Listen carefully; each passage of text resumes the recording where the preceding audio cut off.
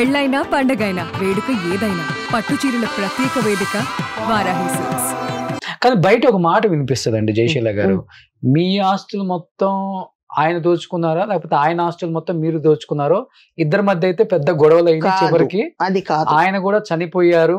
ఇప్పుడు చనిపోయారు. అది జయశీల గారే ప్రమేయంతోనే చనిపోయాడు ఆయన, ఆమె చంపించింది అని ఒక మాట వస్తుంది బాబా. అట్లా అస్సలు ఎప్పటికీ కాదు. ఎందుకంటే చాలా ప్రేమ నేనంటే ఆయనకు ప్రేమ, ఆయనంటే నాకు ప్రేమ. ఎందుకంటే అతని వయసు వచ్చి నాకంటే 14 సంవత్సరాలు. ఇది ఆయన ఒక బిడ్డలాగా షుగర్ కంట్రోల్ చేసి తీసుకు, ఆయన కోసం నేను ఫీల్డ్ మానేశాను. హైదరాబాద్ రాకుండా చెన్నైలో ఉన్నాను. అర్థమైందా? ఆ అమ్మాయికి 50 సవర్లు అంటే 100 సవర్లు పెట్టి పెళ్లి చేశాను నేను. ఆయన కూతురికి కొడుకు నేను దగ్గరుండి పెళ్లి చేశాను. క్యాస్ట్ ఫీలింగ్ తో అమ్మాయి అలలుయ బిందు గోష్ఠిలో చేరి ఆవిడ హిందూ అని చెప్పి అక్కడ పెట్టింది. అంతేగాని గొడవ. అమ్మాయికి ఒక హ్యాండీక్రాఫ్ట్ అబ్బాయి పుట్టాడు. ఆ పిల్లోడు అందంగా ఉంటాడు. నువ్వు హిందూ దగ్గర పెళ్లి చేసుకోబట్టి హిందూ దగ్గర నాకు ఇట్లా బిడ్డ పుట్టాడని చేసి మా ఇద్దరిని విడగొట్టాలని చెప్పేసి విడగొట్టా. అప్పుడు వాళ్ళ అమ్మ చనిపోయింది. చనిపోయినాకనే నేను అమ్మాయికి మంచి చెడ్డ అన్ని చూసి, మన సినిమా స్టైల్ ఇంతలా ఉంటారు, ఇంత అనకూడదు, ఎంట్రుకులు ఎంత వ్యాక్సిన్ లో క్లీన్ చేయించి మన టెక్నీషియన్స్ పెట్టి, మా సినిమా టెక్నీషియన్స్ అంతా బట్టి అమ్మాయిని ఒక షేప్ తెచ్చి పెళ్లి చేశాం. ఇప్పుడు మీతో బాగుంటారు వాళ్ళు? నాకు అబ్బాయి బాగుంటాడు. అమ్మాయి టచ్ లో లేదు. అబ్బాయి కూడా మళ్ళీ వాళ్ళ నాన్న చనిపోతే వాడే చెప్పాడు, నా అప్ప ఎరందిట్టారు. ఓహో, అసలు ఆయన చనిపోయడానికి మీకు ఆయన కనెక్షన్ లేదు ఇంకా? తీసేసి అబ్బాయిని పెట్టేసి ఇచ్చేసి నడి రోడ్ లో వదిలేసి వెళ్ళిపోయాడు. అప్పటికి మా ఫాదర్ చనిపోయి మా మదర్ నా దగ్గరకు వచ్చారు. భార్య చనిపోయి ఇతను నా దగ్గరికి వచ్చాడు. వీళ్ళిద్దరు సేవ చేయలేక నేను చచ్చిపోతా ఉన్నాను. ఇంకా ఫీల్డ్ ఇక్కడ నన్ను రాణించలేదు హైదరాబాద్ కి. మరి ఎందుకు విడిపోయారు అంత ప్రేమించుకొని?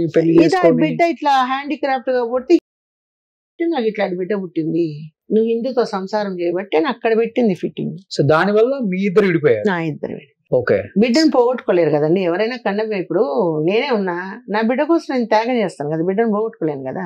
అదే అతను అలాగే చేశాడు. తర్వాత దీనికి ఎవరు లేరు, ఏదైనా దాని నేను ఒకవేళ ఏదైనా పెట్టినా దాని వాళ్ళ అన్నదమ్ములకు పెట్టుకుంటుందేమో అతనే. ఇది ఈ హాస్టల్ దగ్గరే కదా, అంతే కదా. ఆయన దగ్గర నేను ఒక పైసా కూడా తీసుకోలేదు. ఎంత నాకు కష్టార్జితం. కాకపోతే మీదే ఇంకా ఆయన తిన్నాడు. ఇలా మనం పాపం మాటలు ఎప్పుడు ఎవరిని అనకూడదు. అతను నాది తినలేదు, నేను అతనిది తినలేదు. సో ఇప్పుడు ఆయన చనిపోయే టైంకి మీకు ఎన్ని సంవత్సరాలు ఆయన చూడక మీరు? నేను ఫస్ట్ ఒక 10 ఏళ్ళు. ఇది మళ్ళీ దొంగగా వచ్చాడు ఒకసారి, నన్ను చూడబుద్ధి వచ్చాడు. వచ్చి నేను అడిగాను, ఇట్లా బిడ్డ కోసం ఇట్లా నడి రోడ్ లో వదిలిపెట్టిపోయావు. మిమ్మల్ని నడి రోడ్ లో వదిలేసి వెళ్ళిపోయాడు? అంతే కదా, చెప్పా పెట్టకుండా నేను బ్యాప్టిజం తీసుకున్నాను. ముసలి వయసులో బ్యాప్టిజం తీసుకోవడం ఏంటి? మీరు వినర్ రోషన్ గారు, నేను మానస సరోవర్ అంతా వెళ్ళి వచ్చాను. నేను సూర్యాజీ భక్తురాలయ్యాను, సన్ చూసి మెడిటేషను. సో నేను చాలా ఈ దీంట్లో డిస్టర్బ్ అయిపోయాను. అయిపోయినప్పుడు నా ఫ్రెండ్ రేఖీ మాస్టర్ సూర్యాజీ వచ్చాడు, ఆ క్లాసెస్ అటెండ్ చేయంటే ఆయన నన్ను ఒక వాట్ ఈస్ ద వాట్ అని, నేను స్వామీజీ నేను వాట్ స్వామీజీ క్రిస్టియన్స్ వచ్చి ఇట్లా మాట్లాడుతున్నారంటే, just you ask to 1 question to Christians. 11 years boy ఎప్పుడు కనిపించకుండా పోయాడు Jesus. After 21 years he will come back to ఇది India. Between 11 years where is he అని అడుగు. Nobody can tell.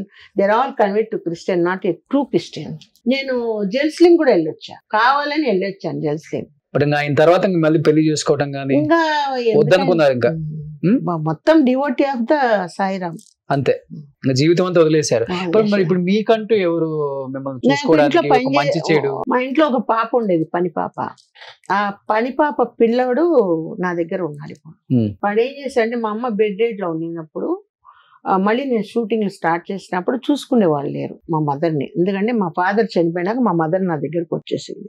మా ఫాదర్ ఇంకా చనిపోతాను ముందు నా దగ్గరకు వచ్చాడు. అమ్మ నేను ఉంటే అమ్మని పూలల్లో పెట్టి పంపించేస్తాను, ఒకవేళ నేను చనిపోతే మీ అమ్మ నాన్న కొడుకు చూడరు, నువ్వు తెచ్చుకోవాలి అని చెప్తే సరే అన్నాను. మా నాన్న చనిపోయినంటే మా అమ్మని నా దగ్గర తెచ్చేసుకున్నాను. సుమన్ టీవీలో మీ పర్సనల్ అండ్ బిజినెస్ ప్రమోషన్స్ కోసం కింది నెంబర్కి కాంటాక్ట్ చేయండి.